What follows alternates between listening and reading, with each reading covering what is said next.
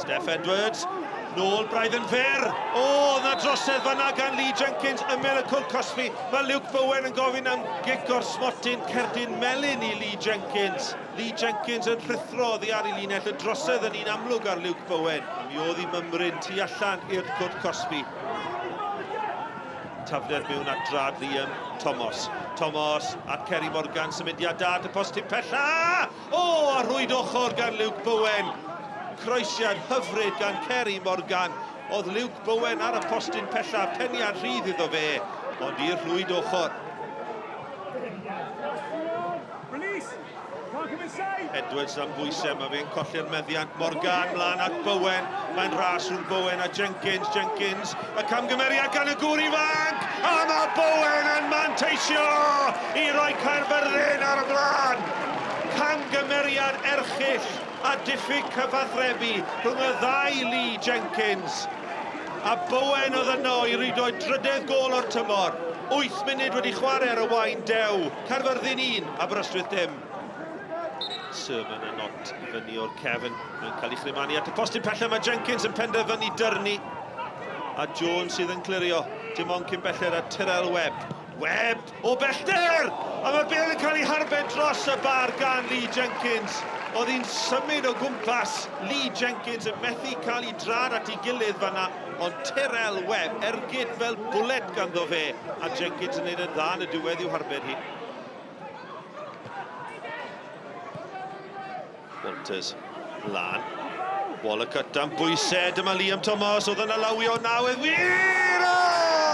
Dyna chi gol gan Liam Thomas! Y pwysau gan Bowen ar Walcott. Unwaith eto Caerfyrddin yn ennill yr ail bêl.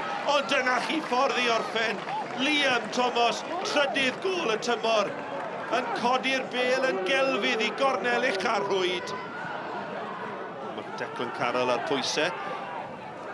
Dim trosedd. O, fanna Declan Carroll. Mi weles i fe'n damsgen ar ben Matthew Jones, pen pella.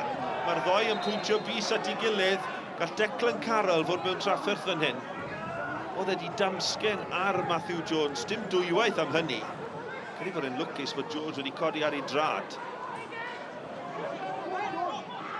Declan Walker yn chwarae'n fyr at Wes Baines, croesi ar y gyffyrddiad cyntaf, bel yn cael ei chlerio. Joe Phillips! Yn ei thynnydd i heibio'r postyn. Cyfle da i Phillips. Walker, Cymadi, cyd chwarae da rhwng y ddau. Walker, y croesiad tuag at y rhediad gan Phillips ar y postyn pella mae Ryan Edwards. Edwards yn casglu, dyma gyfle i Aberystwyth. Mewn i'r canol, Rwan! A mae Rwan yn rwydo! A mae Aberystwyth nôl yn y gêm. Ryan Edwards yn casglu, groesiad yn cael ei ffenio, heibio i Lee Idsi. A maen nhw wedi haneri mantais Caerfyrddin. Dyma Hanford i gyffyrddiad cyntaf. Tuag at Liam Thomas, mae Jenkins wedi dod amdani, mae'n ei gollwng hi. Carroll, Bowen, cyfle arall i Carroll! Mae'n taro bar! A camgymeriad unwaith eto gan Lee Jenkins i ddod am y bêl. Ond rhyngddyn nhw, mae Bowen a Carroll yn gwasraffu'r cyfle ac mae'n parhau yn 2 gol i 1.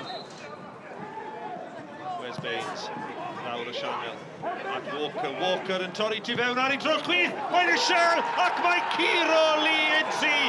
Dim gwiriad y capten Walker sydd wedi dod ar gêm yn gyfartal. Y gêm wedi cael ei thraws newid yn gyfan gwbl yn yr ail hanner. A Walker o'r gic rydd yn torri tu fewn ac yna'r ergyd isiel trod chwith yn Ciro Idsi. Neil, the proverbial game of two halves, how disappointed are you not to have claimed all 3 points? Yeah, obviously after the first half performance and taking a 2-goal lead is obviously very disappointing to share the points in the second half. So yeah, we were a bit downbeat in the change room after the game. Was Lee Idsi disappointed to have conceded that strike from Declan Walker? Yeah, Lee's got fantastic standards. You know, he really you know, prides himself on his performances. So yeah, I'm assuming he'll be disappointed with that. Nev, after a nightmare first half, you must be very proud of the boys that they fought back for a point. Yeah, certainly, Mike. You know, we were poor first half, no getting away from it. You know, we knew. I told the players exactly how commanded it starts, high tempo, press, and we just weren't at the races. You know, I was glad to get in 2-0 half time, to be honest, and we changed it round a bit, a couple of subs, and the players went out and delivered second half, and you know, we were unlucky not to get a win. A point away from home in this league's not a bad point because we've got quite good form at home, so you know, we'll keep working on it, and we've got to find a way of producing them second half performances from the start of the game, and if we do that, you know, we won't be far away.